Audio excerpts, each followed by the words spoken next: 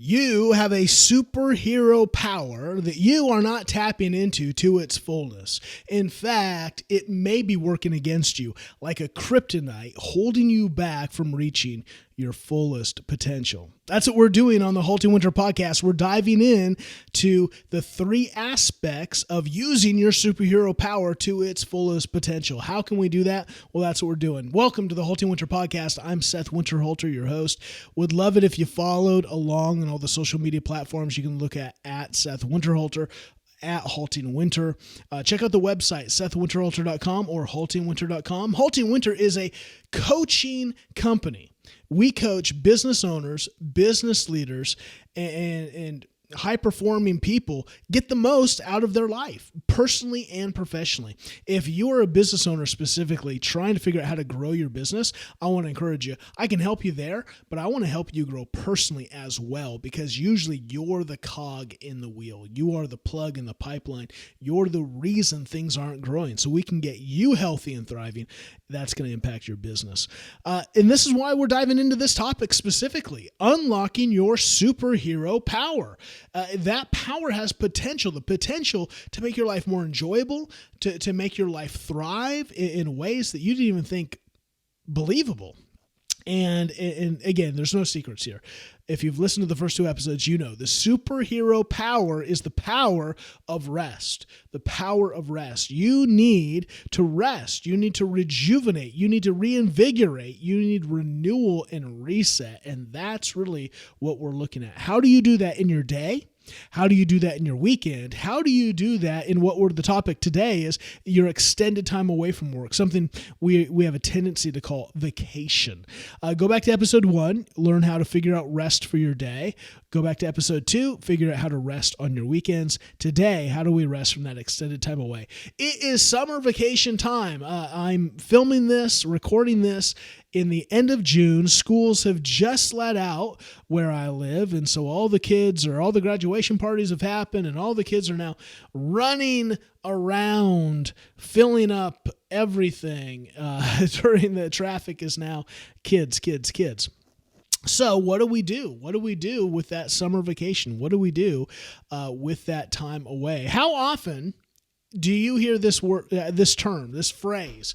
I need a vacation from my vacation. How often do you hear that? Like, oftentimes, our vacations are even more stressful than our work. All the planning, all the money, all the things that go into making it awesome stress us out and exhaust us even worse. It's like we can't wait to go back to work and at least know our exhaustion, at least know the regular stresses.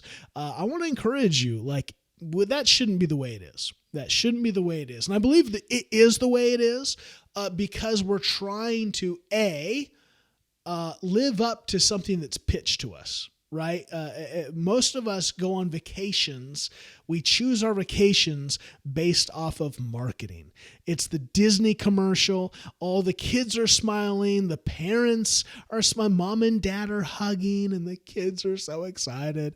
Or we're going to do that park event, the Grand Canyon, right? Oh, everyone's in the RV that they rented and it's going so good. And the pictures by the waterfall and Mount Rushmore, and reality never lives up to that, right? I mean, just look at natural pictures. Go on to maybe the Googles and look at people's, or just go on to Instagram and type in Disney vacation, and what you'll see is tired people, right? Look in the background. Everyone's posing for the picture. Look in the background. The people are like tired. All the parents are tired. The kids are like screaming and chaotic. And you can't go to Disney, right? I think like bottled water there is like, 2 buckets of gold. Like, it's just, things are so expensive and they're so stressful, and you rent the RV and no one shows the pictures of the tire being blown and you sitting on the side of the highway for 4 hours waiting for the tow. Like, again, I'm not saying that you can't have some fun and make some memories with these vacations and that you should never plan trips. Just I would be careful about using all of your time away from work to try to make epic memories through these epic vacations, because the pressure then to make it epic is worse than the pressure of work. You'll never live up to that. And so you'll feel like a failure. You feel like you wasted money. You'll be so focused on trying to make it awesome that you won't have any memories, because everything will be about trying to make it something instead of just living in the moment and enjoying it. It's just be careful. Be careful that you're not trying to experience vacation instead of actually like enjoying it. Like, what would be enjoyable? And this is where I think here's some questions to chew on. Three things. First, that time away, I believe, is a great time to reset. What do you need to reset from? What are some things in your life that you need to break the mold of? Maybe some bad habits. Maybe you've been your sleep routine. Again, this is a whole podcast on how do you maximize the most out of your day, your weekend, and now your extended time away. That extended time away can get you out of some bad habits, both at work, maybe some bad habits about how you come home from work, about how you're rushed into work, maybe some bad habits on how much you sleep. And so now is a time. Now's not a time just to go to bed whenever and wake up whenever. I think that's where vacation is like, oh yeah, just do whatever. It can be. There's nothing wrong with that. If you think about, if you have been running ragged from work and just sleeping really horrible hours, way too short, the 4 or 5 hours a night kind of deal, why don't you, instead of just sleeping and whatever, why don't you actually do a reset so you build a habit to go, you know what? I'm going to go to bed at this time and I'm going to get up at this time, and that's going to be refreshing because now I'm going to get 7-8 hours instead of the 4 or 5 I was getting. But instead of just sleeping 10 to 12 and probably feeling horrible, why don't I set over this week, over these 2 weeks vacation, I'm going to set some better habits and then keep those when I go back to work and say, these are the habits. Like, why is my night? Why is my morning? Why am I in these bad habits and rhythms? Like, break those. This is a great time to break those rhythms. It can take you away from the routines. It can take you away from the environments. Listening to a couple of podcasts this last week on just needing environmental change. And the issue is, like, sometimes this is why people move. Like, I need to get out of this environment. The problem is they don't change their habits, though. They move to a different town, but they keep all their same habits. They keep all their same rhythms. They're just in a different house. You need to be aware of, how can I break the mold on some things? How can I reset? How can I also renew? What does it look like to fill your tank? Where is your tank empty? Vacation is a great time to reset your tank. But to know, like, do I need to reset it for self? Am I on fumes?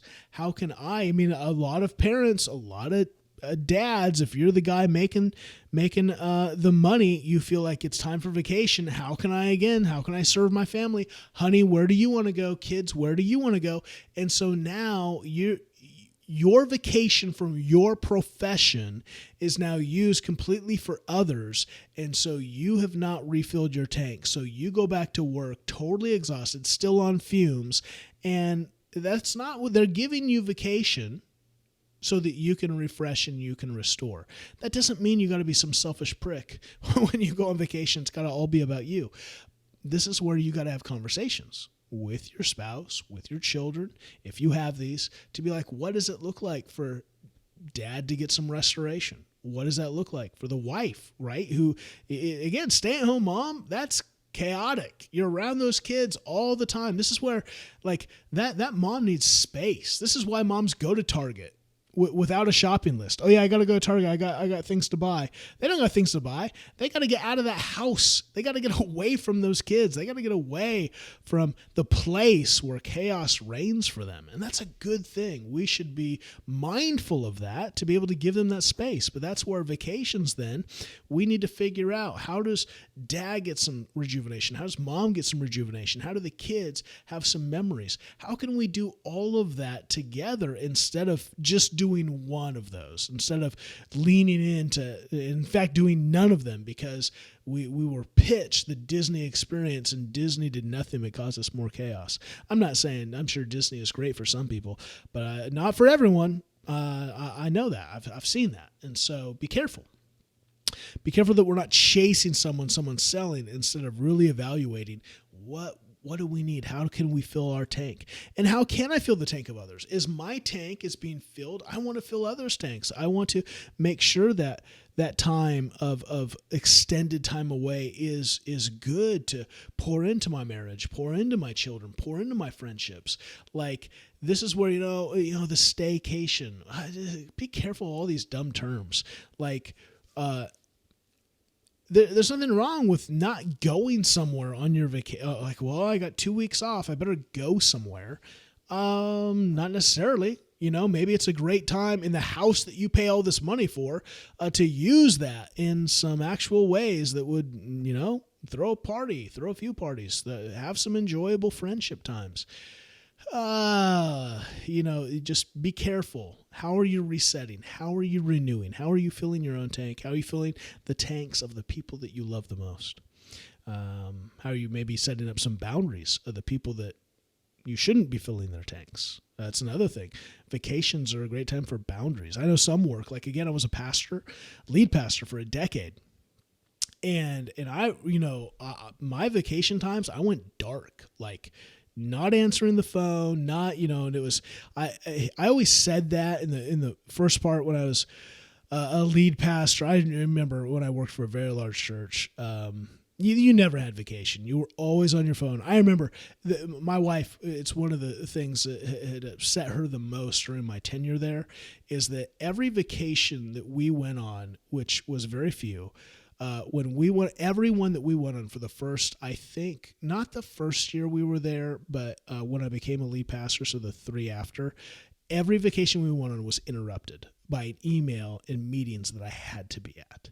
Like, I remember the last year of that church, we on the second day of my vacation, an email came in, a text came in that said, check your email.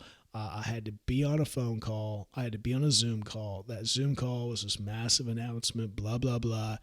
Totally ruined the vacation. I mean, just destroyed it. Just like could have made it. Oh man, that's a story for another time. Anyway, like, right. I should have just shut it off. I should have never answered, right? I should have actually turned my phone off. Like, I don't need I need my phone. I need maps. You got to figure it out. If you're one of those people, like, you got to figure it out. Get a different phone for vacation. I don't know. You have to do some work because we live in a day where it's really hard. It's really hard to get real rest and real refreshment because people and things tend to creep in, and you can't do it. You have to set good boundaries. And so maybe that's one of the key aspects of your extended time away is make sure you set boundaries so that you can actually do what you're supposed to do on that time away, and that is rest and refresh. Have fun. The final thing is this, like, you're given that time. You should take that time to have memories. Yes, you want to have experiences, but don't live for this. I got to have an experience. No, just rest, refresh, make memories, enjoy the time. Don't try to create perfection. You can never live up to your dreams when it comes to a lot of that rest and experience stuff. Like, it just is what it is. So enjoy. Want to encourage you to listen to all 3 of these. Now connect them. Do the work. You do the work of connecting. What does my day look like? Am I getting adequate sleep to actually recharge and refresh physically, mentally, and emotionally? Am I waking up? Is my wake up routine making me smile and get ready for the day, or is it stressed? Is it anxious? Am I doing things because someone said I needed to take a ice bath, and so I'm trying to be a man, I'm trying to be awesome, I'm trying to, like, stop. You try it. If it sucks, well, we do things, if we do sucky things, and we're going to be disciplined, and hogwash. Like, you do not need ice baths. Yes, for some people, they're like, this is awesome. This is the best thing ever. Wakes me up and stimulates me. And I smile. Great. If it doesn't do that for you, then stop doing it. Like, I'm not saying you can't try it a couple times. Maybe it takes 3 times. Maybe it takes 4 times. Like the gym, sometimes it takes a couple times to get into it. But just be careful that you're not doing stuff over and over, and it's giving you no benefit, but you're living up to someone else's, dream or someone else's. And half the time, those people aren't even doing what they're saying they're doing. That's what's so frustrating, is when you get to know people, it's just like, yeah, I don't really do any of that. It's just like, dude, I want to punch you in the face right now. Okay. Sometimes I hate this world that we live in with all this, just this hullabaloo on social media, people telling you that they're awesome when they suck at life. They don't do any of this stuff. Anyway, I'm not into it. I'm into just transparency. Like, tell people, right? Like, tell people. Because again, you're not going to, I'm not awesome at this. I think I'm working hard to make sure that I'm really mindful of my routines. And maybe this will help. Like, this is, I really strive to get 7 hours of sleep a night. I am in bed usually by 10:30. I want to be asleep by 11. I try really hard to make that happen. And sometimes it's not, because, right, your phone's a distraction, and, right, you kind of mindlessly, endlessly, whatever, chewing on things. But I try, when I find that I'm having some of those things, then I set some boundaries. I make some disciplines. I'm not going to get on my phone. I'm not going to, I'm going to think about what's distracting me, and how do I deal with that earlier in the day so I'm not thinking about it at night. Like, there's some tools that you can do, some tips that you can do to try to eliminate those issues if you're having trouble sleeping, if you're having trouble going to sleep. And I want to get up at the same time. My morning routine is pretty basic. Like, I get up, I drink, I grab a bottle of water out of my fridge, I drink it, I take my vitamin C, my vitamin D, my fish oil, I turn on the coffee maker, I make my coffee. I would rather not. Here's what's interesting, and I'm chewing on this. I'd rather not have coffee first thing in the morning. I love it though. I don't love coffee because I need some stimulant. I love the taste of it. I love the experience of it. I love the smell of it. So I like making coffee before I have breakfast and going out on my patio and just letting the sun hit my face. Letting the sun, I kind of walk my patio a little bit and start to just kind of listen to the birds. And I'm not like doing an ungrateful journal and, sure, like if, I try to, I'm not intentionally like, I got to do these kind of thinking. I just kind of let the morning happen. Sure, I want to be grateful. I want to, think pleasant things, think good things, try not to be so like work-minded that I'm just enjoying the morning. I make breakfast, and then I get to work. Like, it's just not, I don't do ice baths. I don't do gratitude journals. And I'm not saying those are bad. Those could be great. They feel like busy work that never returns to me, seemingly the benefit that people say. And again, maybe for different people, I would rather just have those in my hip pocket, these tools in my toolbox. Gratitude. Have I thought about gratitude this morning? Have I just kind of emptied my mind? Like, is there anything bothering me? Is there anything frustrating me? Just kind of empty myself. These are kind of tools on my toolbox that depending on the day, depending on what's kind of going on in my mind, that I might grab and use, but I don't have a set habit, of doing, like, I've got to do these journals. I've got to do these mantras. I have to do these thoughts, because it's always felt more like work for somebody else, homework, than it has like, I love this. This really, when I've done them and tried to practice them, they've never been to me something I've wanted to continue doing. Like, oh, this would be a great morning routine. Not just me. So again, for you, I just ask you, like, try things. Now the key is I tried it. I did a gratitude journal for a week and a half. I think I made it a point every morning because coach asked me to. He said, hey, try this. So I did, and I thought it was a good exercise, but it just kind of got like, I don't know, I kind of naturally think about those things as they happen, as I think about people throughout the day. But setting it in a particular time for me actually wasn't as fruitful, because it almost like, sometimes when I'm a type of person, when I do better thinking organically and just naturally throughout the day than when I'm forced to think about something. sometimes it's hard. It's like, now that I've got it, there's a pressure, like, I got to think about this and who am I?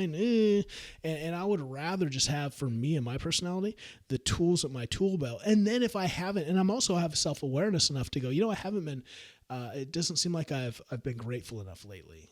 Or I'm mindful of like, do I feel like, man, no one appreciates me? Maybe I need to do some gratitude work. Maybe I need to. So I think being more self-aware helps you then see all these things as tools for your tool belt instead of things I have to do.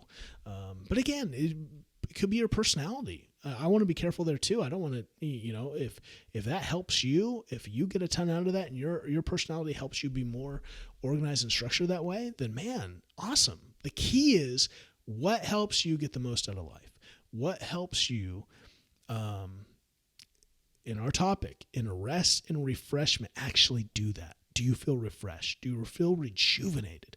Is your day have components in it, your weekend, and then your extended time away from work where you just feel like, man, that was beneficial?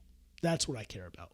You will unlock the potential of your superhero power when it comes to rest and rejuvenation if you actually think about, for you, in your context, in your person, in your profession, in all these things and realities of your life, what would help you get the most rest, rejuvenation, refreshment? How do you go in to your weekend looking forward to that rejuvenation? How do you hit Monday going, yes, I get to go into my profession with zeal, with fervor, with energy, because I actually filled up my tank? That's what I hope you do, especially with your summer vacation. Be intentional, be more mindful. Don't get caught in the trap of doing something that other people tell you will be an awesome experience. How about instead of experiences, you just look for what would bring you joy, what would bring you rest, what would bring you refreshment, what would allow you to have time with the people that you love in a way that would make you smile and hopefully laugh.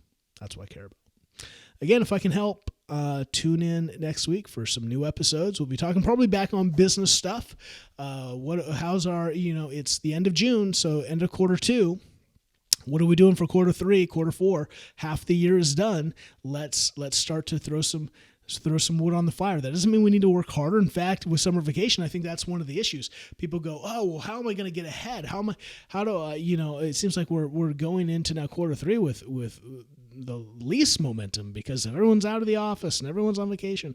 Now is a great time for especially business owners and business leaders to really do some of the mind work so that you are ready when people come back into the office, when people come back into the rhythms and routines in September. You've done all the work to really get the ground going. And so, and that doesn't mean you gotta hustle. You can have some time off too this summer. In fact, you should take some time off so your tank is full so you can lead well. But now's a great time to really reset and to get some momentum yourself so that you can lead into a season of growth and forward movement in September.